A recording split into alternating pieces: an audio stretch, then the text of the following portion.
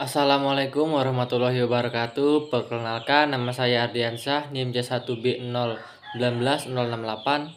Kali ini saya akan menjelaskan sedikit presentasi dari saya. Yang pertama, dasar penghitungan pajak.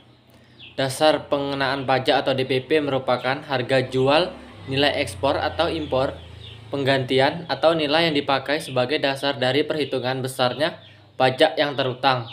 Jadi, nilai dasar yang digunakan untuk menghitung pajak terutang seperti PPN, PPh pasal 22, PPh pasal 23, dan PPh pasal 4 ayat 2 disebut DPP. Selanjutnya, biaya. Pengertian biaya. Dalam akuntansi, yang dimaksud dengan biaya adalah aliran sumber daya keuangan atau lainnya yang dihitung dalam satuan moneter yang dikeluarkan untuk membeli atau membayar persediaan jasa, tenaga kerja, produk, peralatan, dan barang lainnya yang digunakan untuk keperluan bisnis atau memproduksi barang atau jasa.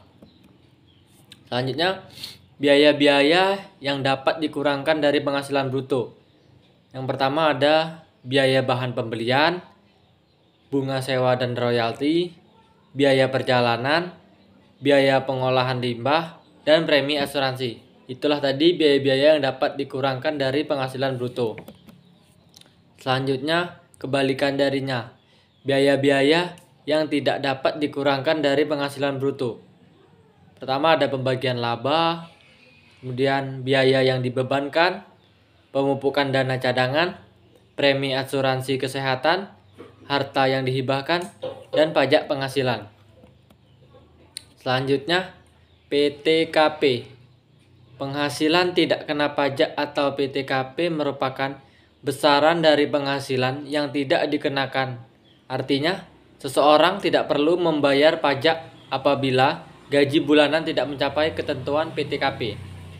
Meski sudah diringankan bebannya, orang tersebut tetap wajib melaporkan surat pemberitahuan atau disebut dengan SPT. Selanjutnya, depresiasi. Dalam istilah akuntansi, depresiasi didefinisikan sebagai pengurangan biaya tercatat dari aset tetap secara sistematis sampai nilai aset menjadi nol atau tidak memiliki ekonomi. Contoh, aset tetap seperti bangunan, furnitur, peralatan kantor, mesin, dan lain-lain. Sebuah tanah adalah satu-satunya pengecualian yang tidak dapat disusutkan karena nilai tanah meningkat seiring dengan waktu. Dan materi selanjutnya yaitu amortisasi. Amortisasi adalah prosedur di mana terjadinya penyusutan pada pengurangan nilai aktiva tidak terwujud setiap periode akuntansi. Perusahaan melakukan penghapusan untuk aset tak berwujud melalui amortisasi, seperti goodwill. Contohnya adalah ketika sebuah perusahaan memiliki pinjaman sebesar 10 juta dan setiap tahun diangsur secara 500.000 selama 20 tahun, maka perusahaan tersebut sedang mengamortisasi sampai pinjaman tersebut hilang. Terima kasih, mungkin hanya itu yang dapat saya jelaskan. Lebih dan kurangnya semoga bermanfaat. Saya akhiri. Wassalamualaikum warahmatullahi wabarakatuh.